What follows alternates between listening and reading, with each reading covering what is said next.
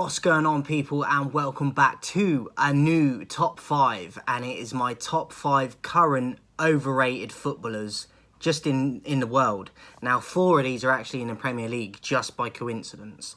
And I do have one that's not, but it's just how the cookies crumbled. I am going to be bringing as well my top 10 current underrated Premier League players, so watch out for that dropping probably in the next week or two. So that's going to be coming, but today, top 5 current overrated players for me.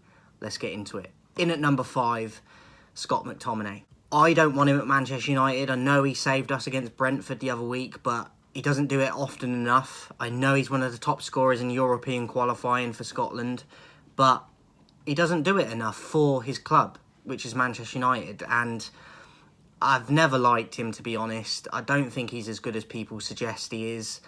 I think he can score goals, as he's proven, but I don't like his attitude during games. He seems to think he's some sort of hitman and tough guy, and he gets too many bookings for me, and he's not disciplined enough. He doesn't play the roles he's put in well enough for me on a consistent basis. So for me, Scott McTominay is my number 5. In at number 4, I liked his career when he started for the first probably 2 clubs he was at, and that is Neymar. I liked him at Santos and I liked him at Barcelona.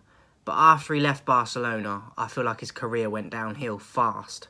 And I don't think he ever recovered from it. I think moving to PSG for the money at the time that he did, I don't think helped. And I feel like he made his career easier after being in that partnership at Barcelona with Suarez and Messi. He went to PSG in a much easier league, and he wanted to be the star man. But then Mbappe comes as well, and Mbappe took that mantle off of him, and then there was rifts between them for a long time, and obviously he left now, but he's in Saudi Arabia, and I feel like his career, for the potential he did have, what he showed at Santos and Barcelona, I don't think he's replicated in his career for his club side since then.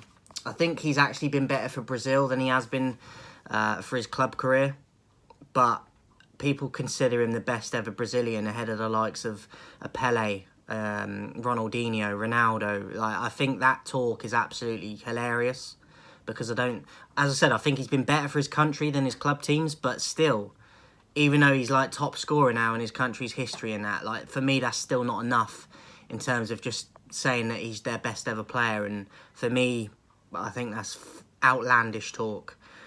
I do think he had potential, but I feel like the majority of his career he's wasted. His off-the-field stuff, his off-the-field interests. I don't think he's got the passion that he once had and that drive that he had at Santos and even at Barca. I think he lost that a long time ago. So for me, Neymar, number 4. Number 3, Marcus Rashford. As you guys know, I'm a Manchester United fan, and I've got 2 United players on this list. Marcus Rashford, for me, burst onto the scene through the academy, was probably fortunate at the time to get his chance and his opportunity because of injuries, and he was introduced to the team, and he showed glimpses of what he could do. Started very well as a youngster coming into the team, but he's not consistent enough. I feel like once he got pay rises and stuff and became the team's kind of golden boy, being a local lad, I think it got to his head.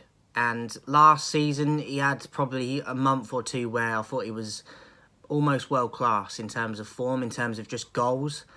But then he slipped off again. And I feel like that's been his career for the most part. He's not been consistent enough. I think his body language most of the time is poor. I don't think he works hard enough tracking back and helping the team.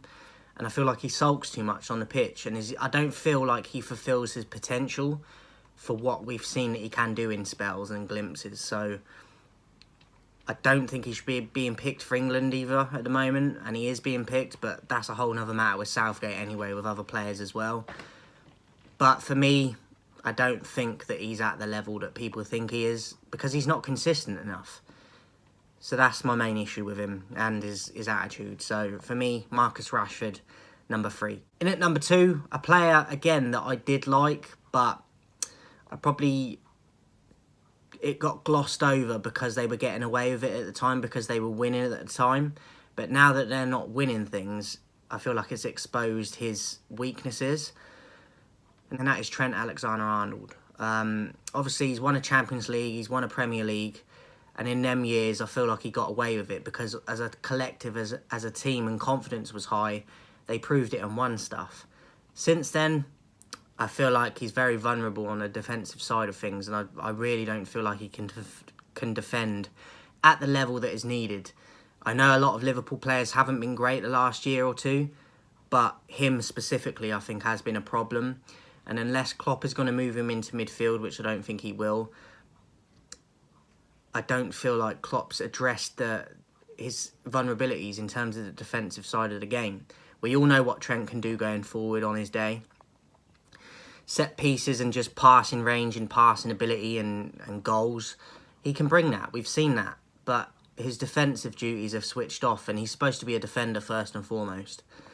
And if he's not going to be, then move him into a midfield. But if you're not going to move him, he deserves a criticism because he's playing as a defender.